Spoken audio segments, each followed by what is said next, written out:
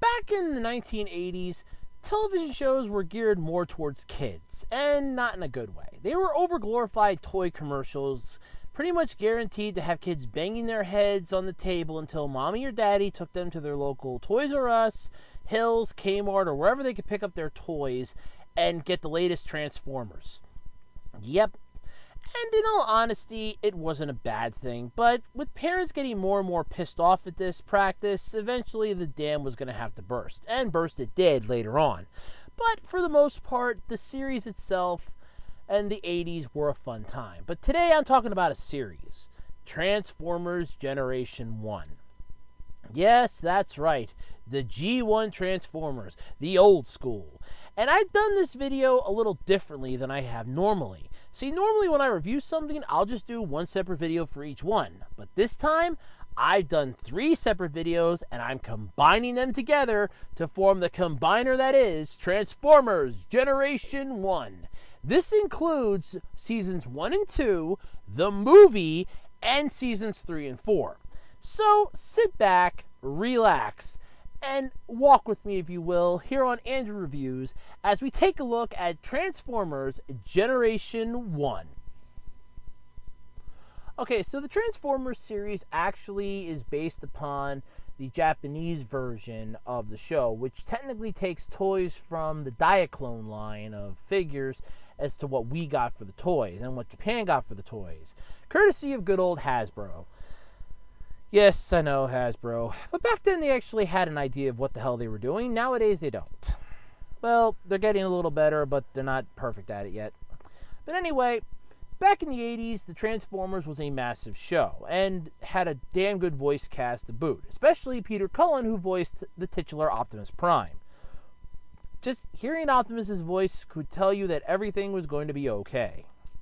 I mean, seriously, he should just do inspirational speaking in Optimus's voice, and I guarantee you that people would not be as stressed out in the world.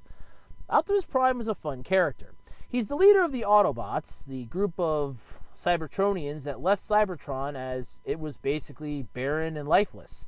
Barely enough energon to sustain themselves, they decided to seek out a new home. However, Megatron and the Decepticons were not too fond of this idea themselves, and they wanted to get in on the deal. Mostly because they wanted the sweet, sweet energon. They figured the Autobots must have had some type of a resource going for it, so they were going to go there and find it. Well, the Autobots crash-landed on Earth, as well as the Decepticons, and after years in stasis lock, they were awakened as the volcano erupted, bringing their systems back online. The first 3 episodes of the Transformers series were technically a 3-parter called More Than Meets the Eye, explaining the entirety of the Transformers series, including how they came to Earth, meeting up with the Witwickies, and basically giving us the overview of what the show is going to basically be. The series itself deals with the ongoing war between the Autobots and the Decepticons, as they continue their battle over who's going to rule the planet, who's going to rule the universe, and Megatron's ego getting in the way. I will say the following, though, that the series itself was quite good, especially for what we got. Keep in mind that this was one of those weirdly drawn animated shows where sometimes Transformers that should have been really super tall were made the same size as a standard Transformer. Size was irrelevant for some of them, as they could shrink themselves down and grow. And let's not forget the fact that the Decepticons could fly. And where the hell did Optimus's trailer go? Yeah, those are all questions that are fine and dandy for you to try to figure out on your own. But, okay, there's a few videos that have debunked those, but I'm still curious where Optimus's trailer is gone. I've seen the video, but I don't buy it. But anyway, the series gives us a good romp through the jungle, as it were. We ended up getting introduced to the Autobots on the planet Cybertron, and when they escape Cybertron and come to Earth and are reactivated, they eventually find the Decepticons.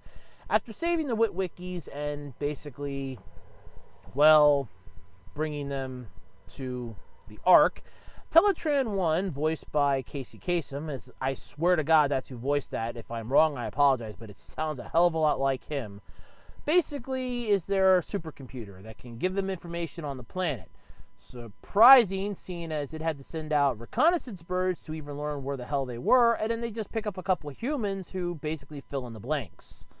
Whereas the humans could have just filled in the blanks for them and then taken them to a library or someplace with a computer that they could just download the information. Yeah, whatever, kid show. Anyway, diving into this more, we have Sparkplug, who is Spike's father and the older one, and Spike, who is the youngest, or the younger one. Now, Spike will play a more prominent role in the later seasons. But for season 1 and season 2, he's basically your, I want to say, second intelligence, smarter intelligence, or eager helper. I don't know which. Each episode basically consists of a main plot and everything else, each one being episodic. No two manage to coexist themselves into the same universe, but build upon said universe themselves. A few episodes do have continuity between themselves as well, as Fire on the Mountain and the episode like 2 episodes before it, where we were introduced to Jetfire, who is the one Transformer that proves that you can actually create a Transformer, then create a toy, then find a way to get sued about it. Yeah, there's an entire video on that somewhere on YouTube. Check that out. It's really worth your time. But anyway, basically, the series itself depicts constantly the battle between the Autobots and the Decepticons, with Megatron's newest scheme to get Energon, which I kind of find interesting that they just take energy from somewhere and compress it into Energon cubes, and that's what they consider Energon. Which is quite interesting because at that point in time, Optimus and the others could literally just tap into a massive energy reserve somewhere, find an abandoned nuclear plant, go there, gather up all the radiation, cubify it, take it back to Cybertron, and end of series. Fact I'd recommend Chernobyl. There's an entire section over there. The entire place is literally a hot zone and will be for several centuries yet. Go over there. That's a giant area right there. Pure Energon for the taking. All yours. Enjoy. But without that, we wouldn't have a show. So the Decepticons are constantly trying to find a way to get more and more Energon to take it back to Cybertron. Whereas one of the Decepticons, namely Starscream, is constantly trying to plot his overthrow of Megatron. Now, I said this once in a video and a comment that I always thought Starscream was the ongoing joke amongst the Decepticons. Like, how many Energon cubes do you think it'll take before Starscream wins today? Or I bet 5 Energon cubes that Starscream takes over today. It seemed to be a massive joke, as his character was literally just constantly trying to overthrow Megatron. That was its entire thing. Oh, here, I'm going to take down Megatron today. I will now become the leader of the Decepticons. Insert ad infinitum here. The problem, though, is that Starscream's an idiot. Throughout the 2 seasons of the first half of the series, he bungles left and right at screwing up everything. Even in the season 2 episode, when he creates his own army of Combaticons and they create Bruticus, he still can't take down Megatron. Even when Bruticus goes rogue, he still can't win the day. When he flies back to Cybertron, realizing that he's close enough and can utilize what's left of his energy cells to get there, he eventually doesn't even want to team up with Shockwave. He just shoots Shockwave in the back, proclaiming himself the leader of Cybertron, only to be thrown into jail. Megatron comes in and bails him out after the Autobots and the Decepticons decide to temporarily call a truce, team up, and take down Bruticus. I mean, that's telling you something. Starscream's an idiot. But the series itself, though, does lend a massive, massive quantity to a tremendous amount of characters. You have characters that are seen sporadically throughout the first 2 seasons, and we even are introduced to the Combaticons. We're introduced to Menasor. I don't remember what the name of his team was. The Constructicons. We're introduced to Omega Supreme. So many characters get introduced in the first 2 seasons that it kind of makes you wonder where a majority of them go for the later on seasons. I mean, okay, there's continuity and there's apparently stuff that happened that we didn't know about, and I'll explain what happened to a few of the characters when I review the movie, but still, you get the gist of it. So many characters, so little time, and each character gets usually about a 1-episode view. You have Bumblebee that gets multiple episodes because he's the lovable little bug. Optimus Prime being the leader, Ironhide, Ratchet, just to name a few of them on the Autobot side. As far as the Decepticons go, it's mostly Soundwave, Megatron, Starscream, and occasionally Shockwave. The other Decepticons are pretty much just backroom filler at this point. I mean, you have the Streakers and all the other ones, but still, they're basically backup dancers. Even when we get into the more sophisticated episodes of the first 2 seasons, like when we find out that there are female Autobots on Cybertron that are part of a secret sect that are attempting to take over, or at least stop the Decepticons from ruling Cybertron, a rebel group, if you will. And they're led by, ironically, Optimus Prime's former girlfriend. Yeah, go figure. Yeah, Alita 1. Yeah. Then we're also introduced to other characters like Alpha Trion, so many others. I mentioned Omega Supreme already, first season. Okay, not that many more characters that I haven't already talked about. But then some characters just show up suddenly and then disappear entirely, where we never see or hear from them again. I mean, we even have, what was that other combiner?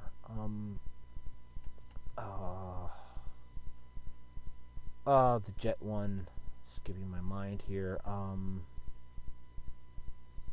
Okay, well, we had the Jet ones that were led by, what the hell was his name? God, I don't even remember half the characters in this because there are just so many of them that get introduced and then we never hear from them again.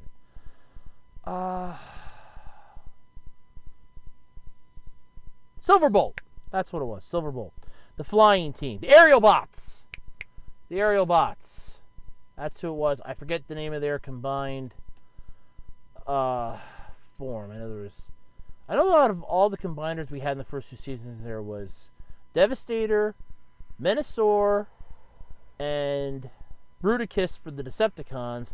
And for the Autobots, we had the Aerial Bots, which formed Superion. That's what it was. Superion. Okay. But either way, there's so many characters are introduced. The final episodes of the first season, or the first 2 seasons, really don't tie in much to anything. They're mostly just standalone episodes, which I would assume makes sense because the movie does a better job of bridging the 2 halves of the series together. Albeit in a strange and unusual way, but it does. But either way, never mind, it does. It just makes it better. It bridges the 2 sides in one piece. And I'll explain why coming up next when I review the movie. But all in all, the first 2 seasons of Generation 1 Transformers aren't exactly bad. They're a nice little romp in the jungle. Yes, they can get a little tiring and annoying because you kind of know what's going to happen. The plot's going to pretty much evolve itself in a matter of minutes. And at the end of the day, you still have 90% of it that's unanswered or it's wrapped up in a cheesy sort of way. But keep in mind, back in the 80s, it was neat how it was done. Now in the 2000s and later, yeah, it's kind of corny. But it is what it is. And there's more when I review the movie. Coming up next. Transformers the movie takes place literally after the 2nd season ends of the original G1 Transformers and before the 3rd season of Transformers begins. This is the bridging point for both halves of the series. It came out in 1986 and actually got a pretty decent rating and has a massive cult following. In fact, if it wouldn't have been for its theatrical rating, it would not have succeeded. It got itself a decent rating because they threw in the word shit. That's right. Otherwise, it would have been labeled a G movie and it would have never been seen and would never be the massive phenomenon that it was. The movie starts off with Unicron destroying a planet. Unicron being this all-powerful being that's hell-bent on destroying everything in the galaxy and ruling it with an iron fist. His main goal, Cybertron. And I want to point out something before I go any further. Unicron is voiced by Orson Welles. Yet, that's right, the Orson Welles. War of the Worlds Orson Welles. This was, I believe, one of his last actually voice acting roles, if not his last and final one ever. he was one hell of an actor in this, and in all honesty, he goes way undercredited for this movie, mostly because of everything that happens in this. See, this is a movie where a majority of characters die. They don't come back, they're not reborn, they're not recycled, they die. This is also where we get a bit of a time skip.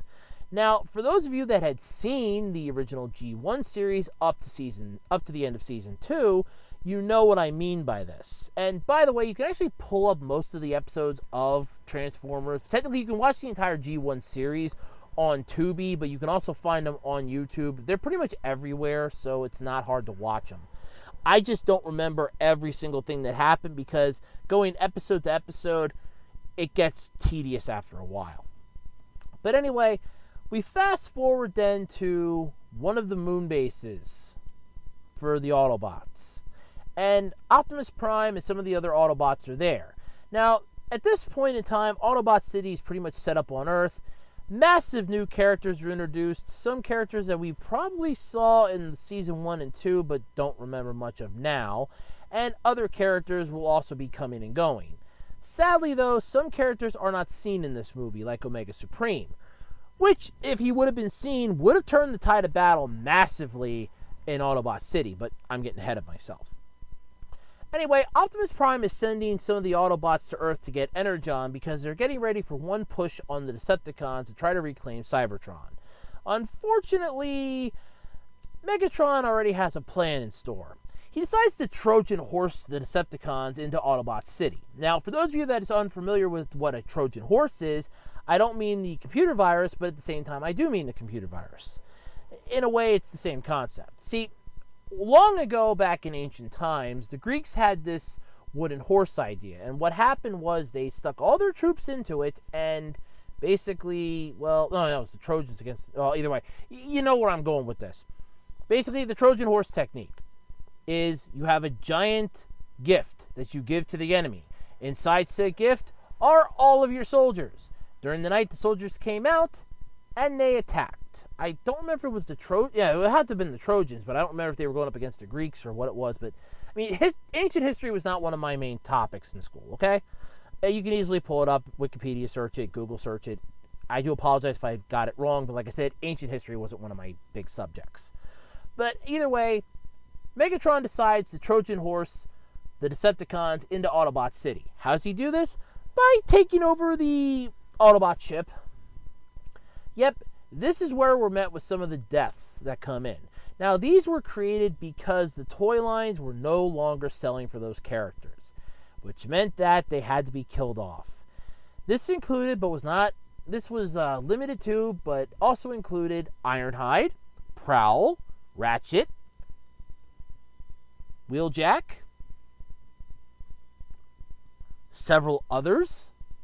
Even some Decepticons bit the dust in this ancient and epic battle. But the ones aboard the Autobot ship were the first to go, with Ironhide being the final one to die because he attempted to try to take down Megatron one more time and just clung on to his leg while Megatron blasted him, and that was the end of him. So that's 4 Autobots dead. Then we go into, well, down to Earth, where we're met with Daniel Witwicky. Need I say more? Yeah, he's Spike's son. Spike is now older and is a parent. I'd like to know who Daniel's mom is, but I don't remember us ever being told that in the series, and they sure as hell don't elaborate it on in the movie. I have more questions than answers here. Anyway, we're also introduced to a new character, Hot Rod. Honestly, one of my favorites in this movie is Hot Rod because he's mostly a kick-ass character in his own right. But at the same time, he's more of an annoyance and a hindrance and can often get in the way. Anyway, he decides to take Daniel up to the top of Lookout Mountain after Daniel realizes that the shuttle should soon be coming in, and he's hoping that his father's going to be on it. Or he just basically wants to see it come down. Either way, kid wants to see the shuttle. Hot Rod takes him up there, pissing off Cup, another Autobot who's trying to close off the roadway, and Hot Rod just blows right through it. Anyway, Daniel notices that there's a hole in the shuttle and alerts Hot Rod to it, where Hot Rod realizes that it's infected with Decepticons. Shooting at the shuttle, he spreads the Decepticons out, who immediately attack the lookout where him and Daniel are.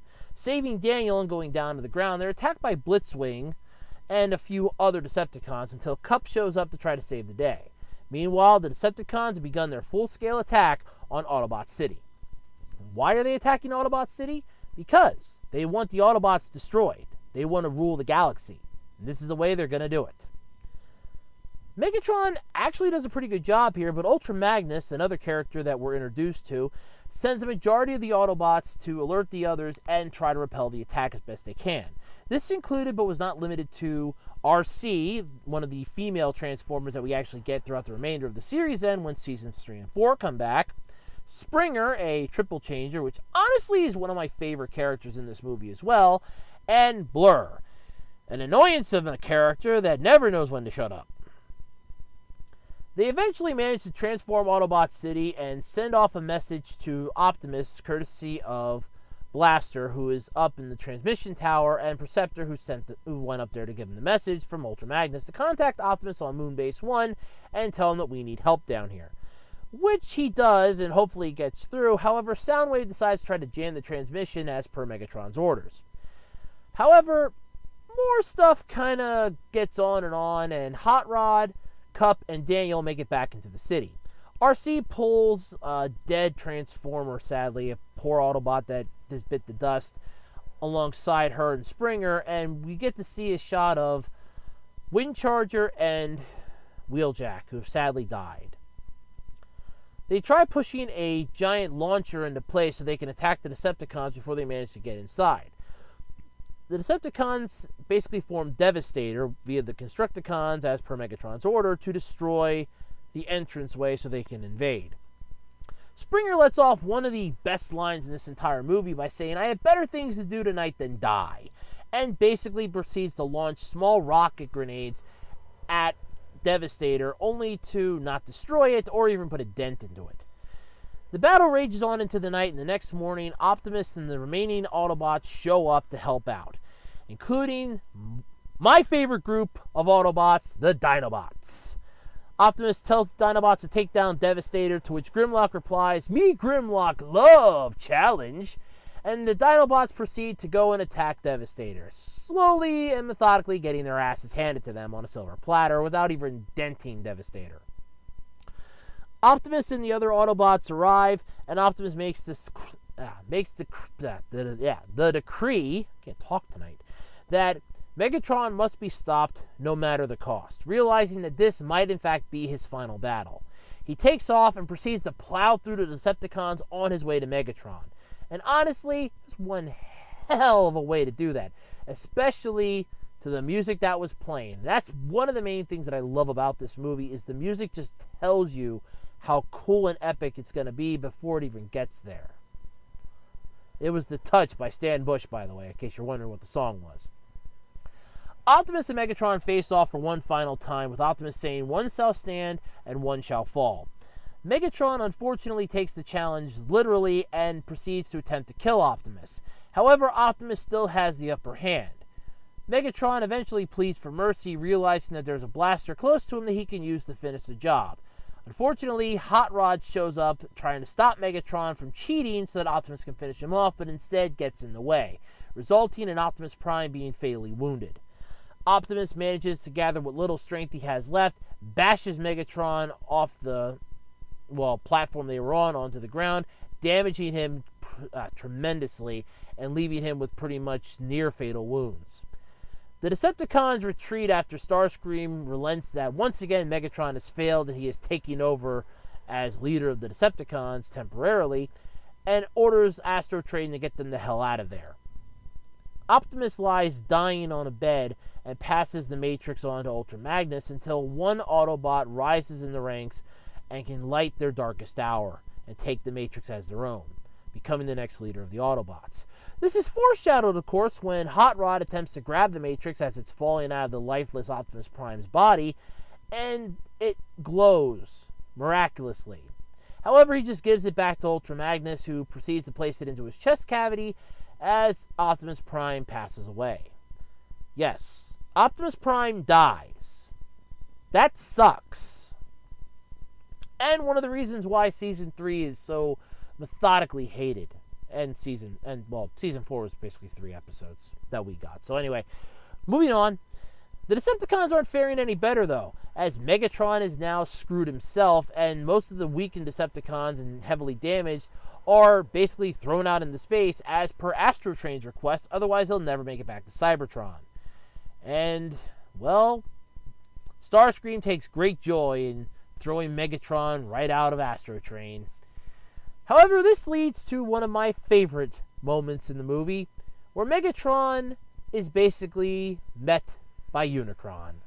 See, Unicron has sort of summoned Megatron and the floating Decepticons to him, to which we have one of the greatest conversations in this entire movie, where Unicron goes, "I have summoned you here for a purpose," to which Megatron goes, "No one summons me," and Unicron goes, "Well, then it pleases me to be the first," and proceeds to tell Megatron that he must destroy the Autobot matrix of leadership.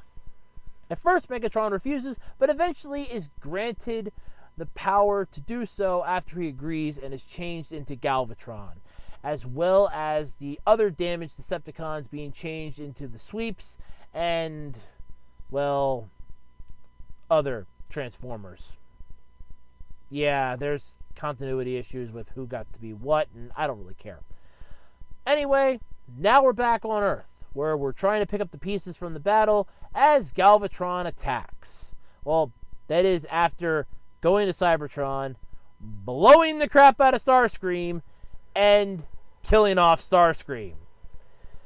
Yeah, I'd hate to be the Decepticon that lost the bet and then immediately looked to the fellow Decepticon and said, "Hey, remember those 5 Energon cubes that I paid you 5 minutes ago?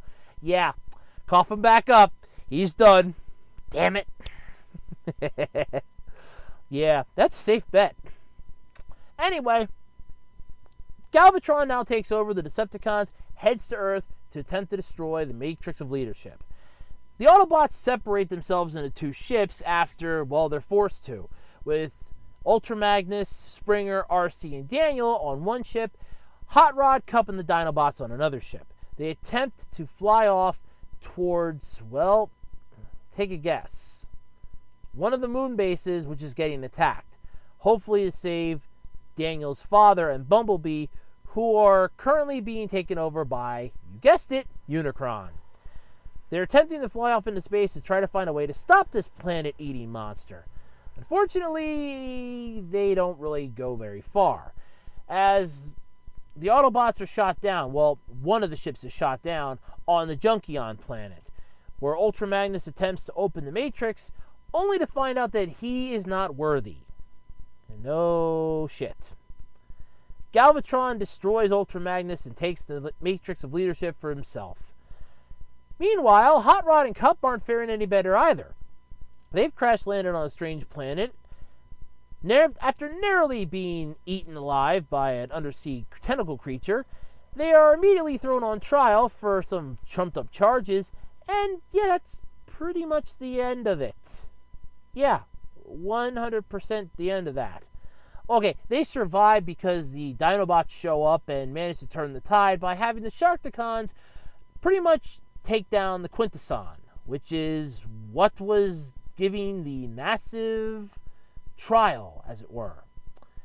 We were also met with one of the poor survivors from the opening planet's destruction, who informs him that Unicron was what destroyed his planet, before he is put on trial, sentenced to death, by being told that he's not guilty, and dropped into the pit of Sharkticons. Yeah, that sucked. Anyway, the Dinobots picked up a little friend called Wheelie, who decides, hey, you guys can have a ship if I can get a trip. Yeah, that's one of the things that I find annoying about Wheelie is how he talks. You get ship if I get trip. Yeah, that's how he talks. Anyway, they managed to take off for the Junkion planet and managed to get there, with Hot Rod trying to do Cup's, well, let's do this diplomatically for once, instead of just blowing everything out of the water. He goes, what was that universal greeting again? Oh, wait, never mind, I remember now. Ba weep grana weep ninibum. This time it actually works. Unlike with the Sharkticons, the Junkions have taken to this and decide, hey, the Autobots aren't too bad. They're now our friends. To which they all dance around to Weird Al Yankovic's Dare to Be Stupid. I'm not joking. They repair Ultra Magnus, making him pretty much good as new, and they head off to face Unicron all together. This leads to the finale arc, if you will. Unicron is now about to take down Cybertron, with the Autobot Matrix of Leadership with Galvatron, and Galvatron easily being crushed under Unicron's massive finger if he has to. He decides it's time to take down Cybertron, much to Galvatron's dismay and, well, pissed off anger. Hot Rod and the others show up with them trying to take down Unicron, only to really not be putting a dent in the planet-sized Transformer. Yeah, I think Grimlock trying to kick him in the butt in dinosaur mode was not going to help things. Hot Rod eventually finds Galvatron and the two duke it out. But while that's going on, Daniel finds his father, Bumblebee, and a couple other Transformers and quickly manages to save them from, you guessed it, death. This time via an acid bath in which two other Transformers sadly died that we didn't even know existed, and their deaths will never be mentioned again. Daniel manages to save his father and Bumblebee, and, well, Hot Rod manages to get back the Matrix, take down Galvatron, and take on his destiny as Rodimus Prime, unlocking the Matrix of Leadership and lighting the Autobots' darkest hour, thus destroying Unicron and bringing peace to the universe. To which the movie ends. Yes. They all escape Unicron's head. They go back down to Cybertron where they announce that there will be now peace throughout the universe as the Decepticons are pretty much no more and Unicron has been defeated. All hail Rodimus Prime. The movie wasn't bad. I never actually saw it when it was in theaters, and the first time I ever really got to see it was on a VHS copy my one uncle rented for me for Thanksgiving to watch while everybody else was watching a more... Okay, they were watching an R-rated movie, and I got to watch that. So, what does that tell you? Anyway, that was Transformers the movie, which led up into the finale parts of the G1 Transformers series, which I get to talk about next. Seasons 3 and 4 of Generation 1 Transformers pretty much take place during what I like to call the Hot Rod era. Now, Hot Rod was the character that nobody liked, and when he became Rodimus Prime, they were more pissed. Optimus is gone, the series is going downhill, and the first few episodes of Season 3 were the 5 Faces of Evil, in which we are reintroduced to the Quintessons, who've now decided, hey, without the Decepticons, we can become the new overlords of the universe. What about the Autobots? Psst, please, we can take them down with ease. We're the Quintessons. Yes, this leads Rodimus to attempt to access the Matrix of Leadership to get the past wisdom from the other Autobots that came before him. And the ironic part is that all this is happening while they're trying their damnedest to broker peace throughout the universe. It doesn't bode well. Yeah. Anyway, Hot Rod manages to find out who they are, and at the end of the day, they manage to actually stop the Quintessons. Though, not without finding out that Galvatron is now back. Yeah, it turns out he landed in a lava bath and has gone cuckoo for Cocoa Puffs. We're also introduced to more of the quote-unquote combiners in this series, especially one that I like to call, that's one of my favorite combiners, Defensor. And Defensor is basically the Protectobots. I don't remember if they actually made an appearance in the first or second season off the top of my head, but either way, they are a welcomed jolt of fresh air for this second season. Well, at least for this second half of the series anyway. Basically, they are what you call... I don't really know a good word to even put for them. Either way, they're a fresh breath of good air. But we're also introduced to other things, including Metroplex. Yes, turns out Autobot City is an actual robot called Metroplex. And Metroplex is, believe it or not, a giant robot. A titan, if you will, if you've seen Machinima's old series called Powers of the Prime, Titans Return, and Combiner Wars. Yeah, you know what I'm talking about. But anyway, we're introduced to multiple new fractions this time. We now have the Quintessons to deal with. We have dual stage combiners that basically work together in the form of Skylynx, who's an Autobot. We have Galvatron, who's going cuckoo for Cocoa Puffs. The Decepticons are pretty much begging for scraps of Energon at this point. All hell's breaking loose. And yet, Unicron is gone. Hot Rod is attempting to try to find his way as Rodimus Prime, and Ultra Magnus is basically highly annoying. Daniel's still back into this, and his father Spike is taking a more prominent role, unlike Sparkplug did in the first 2 seasons of the show. This time, Spike actually has an understanding as to what in the hell is going on, and has been teaching Daniel the ways of the Autobots. But Daniel's mostly a kid and couldn't give 2 shits. There are some prominent episodes in the 3rd season, I won't lie. The 5 Faces of Evil is a good introduction, albeit a very dumb one for fans that didn't like Rodimus Prime, or the fact that the whole series basically did a 180 and a massive change following suit after the movie. However, other episodes did come along. There was one episode in particular where Daniel and Wheelie attempted to find out Ultra Magnus' birthday, and at the same time uncovered the lost Autobot, record satellite, to which Cyclonus was attempting to crash into the sun or the earth, which, no, they managed to stop. Multiple episodes, all of which are enjoyable and fun. But the 3rd season is also one of those seasons that the creators, the directors, and everyone knew that something had to change. And by something, I mean we needed someone to come back. You guessed it, Optimus Prime returns. Why? Because Rodimus Prime was hated by fans and everyone in general, and Optimus Prime was loved. Of course Optimus has got to come back, damn it. That's how the world works. So of course Optimus returns and then immediately dies again. Then there's the whole finding his body again for the finale episode of the 3rd season, and he's revived again via one of the Quintessons that Skylynx managed to save. See, 2 humans came across a strange spore alongside Optimus's comatose body, which held the Hate Plague, a plague that ravaged the entire universe and actually managed to pit Transformer against Transformer at one point. A strange and mystical creature or man or something came along and absorbed the Hate Plague, as knowledge is the only thing that can stop it. Optimus, coating himself in a type of heat-resistant armor, makes himself immune to the Hate Plague and attempts to get the Matrix back from Rodimus in an attempt to access the Matrix to find out what this is and how to stop it, which he does figure out. However, he has to sacrifice the Matrix in order to, do it. This, of course, leads to no more Matrix.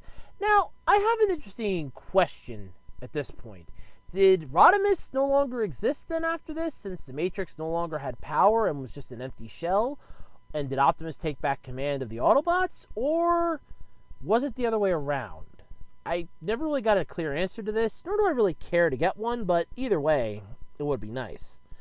Again, there are a lot of episodes in this season in the 3rd season, that basically borderline weird, make it seem good, but at the same time just full out weird and wonky as all hell. All of which are standalone episodes, none of which have continuity between them, save for the first 5 continued episodes, the 5 Faces of Evil. But yeah, other than that, there's really not much in this. Some standalone episodes that are alright, but otherwise it's sort of half-assed, until the final 3 episodes where we have the Hate Plague that we're dealing with, which, fine, in all honesty, I'll buy it, I'll bite, it was good.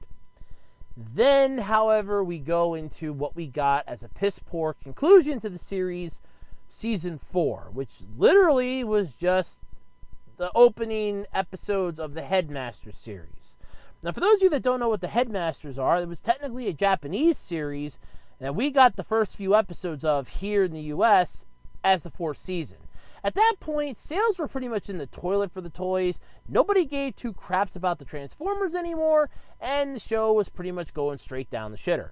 Even Optimus Prime coming back was not enough to save this show, and in all honesty, with what they gave us for the Headmasters episodes, I really don't doubt that it sucked and would probably blow, to say the least. However, I will admit that those episodes were kind of okay to a point. Basically put, Galvatron steals the key to the plasma energy chamber. And in an attempt to try to open the chamber, he sends out a massive dose of energy, which sends several of the Autobots clear across to the other side of the universe. This included, but was not limited to, RC, Hot Rod, Cup, and a couple others. Why were they sent there?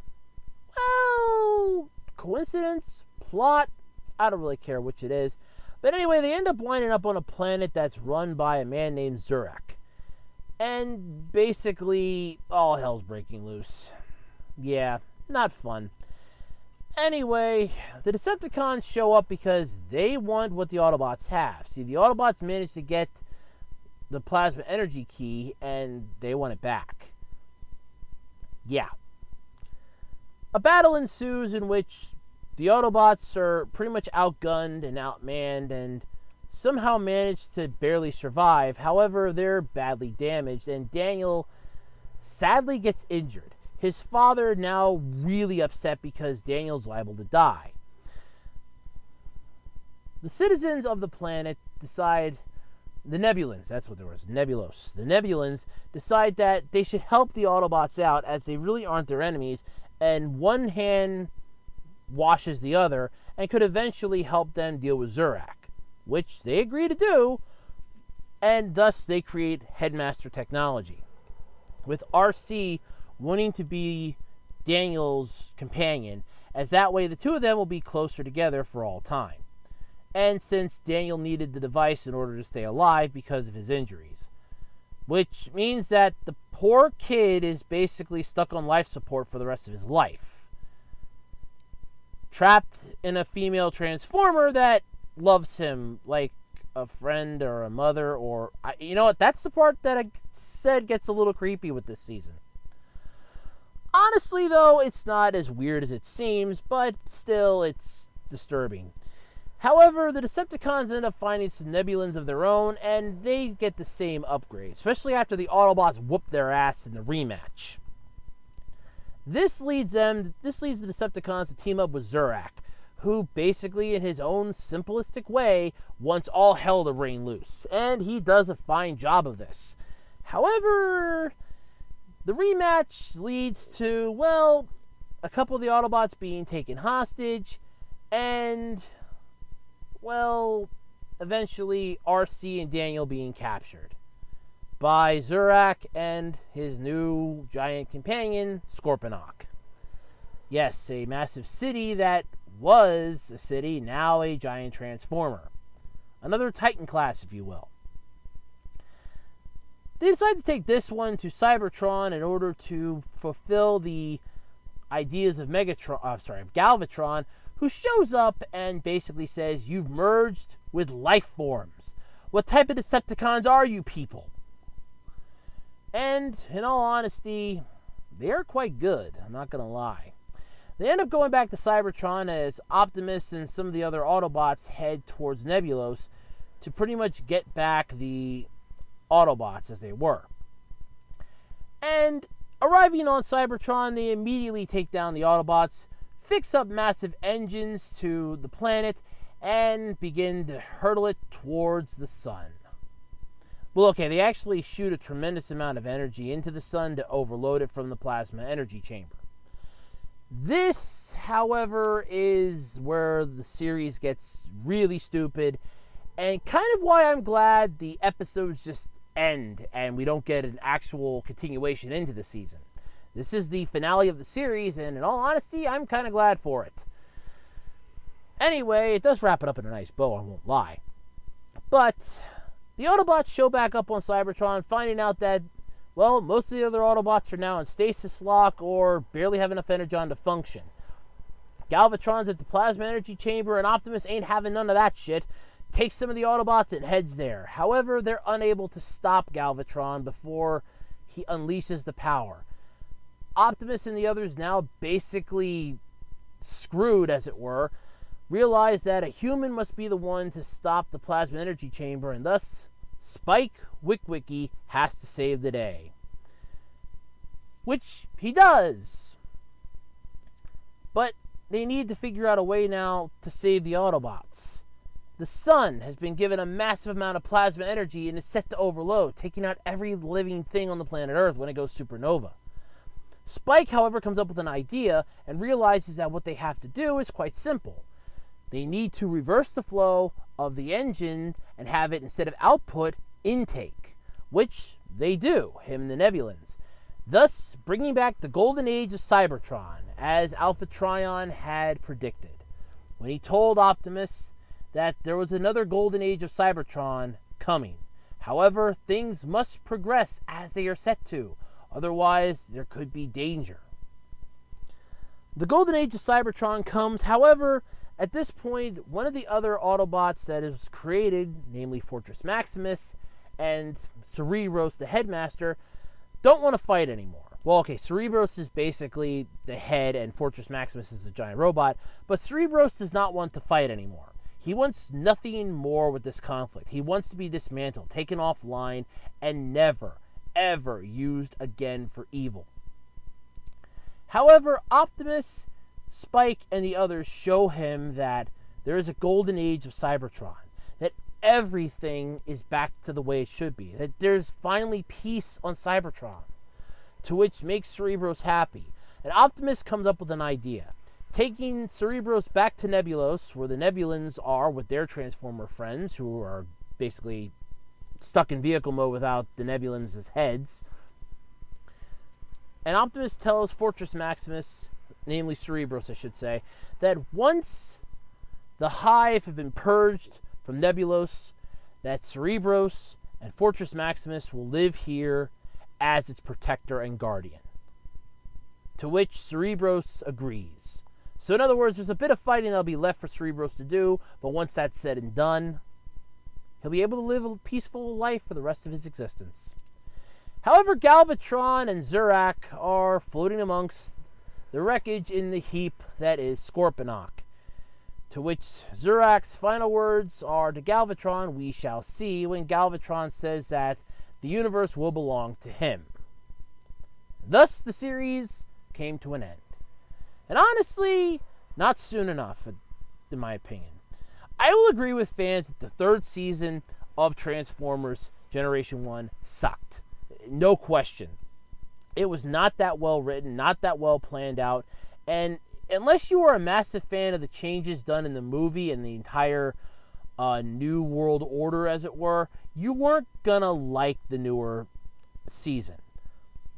With the majority of the characters being killed off as they were, it makes sense that not a lot of people would find this episode or these episodes that appealing. Then you have the entire shit show that was the fourth season, and in all honesty, I say good riddance. Look, I love Transformers as much as the next person, but even I will admit that the third and fourth seasons were the weakest of the four seasons. The first and second season were great. There were some standout episodes in the third season, but not enough to outweigh how bad it was in general, and the fourth season was just a complete and total shit show. The movie itself, though, that tied the two halves of the series together, is still one of my favorite Transformers movies ever. And yes, I am also including the Michael Bay ones in that. This one beats them hands down. Mostly because of the plot, the memorable quotes, the fact that you can watch that thing 20 times and you will know that movie by heart. Yeah, that's what I said. But if you get a chance to watch any of Generation 1 Transformers, I highly recommend it. Though I would definitely say stick to the first and second seasons and tiptoe your way into the third season at best. Steer the hell away from the fourth season unless you really want to be gung-ho and anal about completing it. But otherwise, that's all I gotta say for it. I give Transformers Generation 1 a solid 4 out of 5. It would have got a 5 out of 5, but that fourth season was a shit show, and the third season was a bit of a train wreck. But otherwise, solid 4.5 out of 5. Solid 4 out of 5. I'm not going to lie. But anyway, that's all the time I have for now. Thank you for joining me on Andrew Reviews. Bye.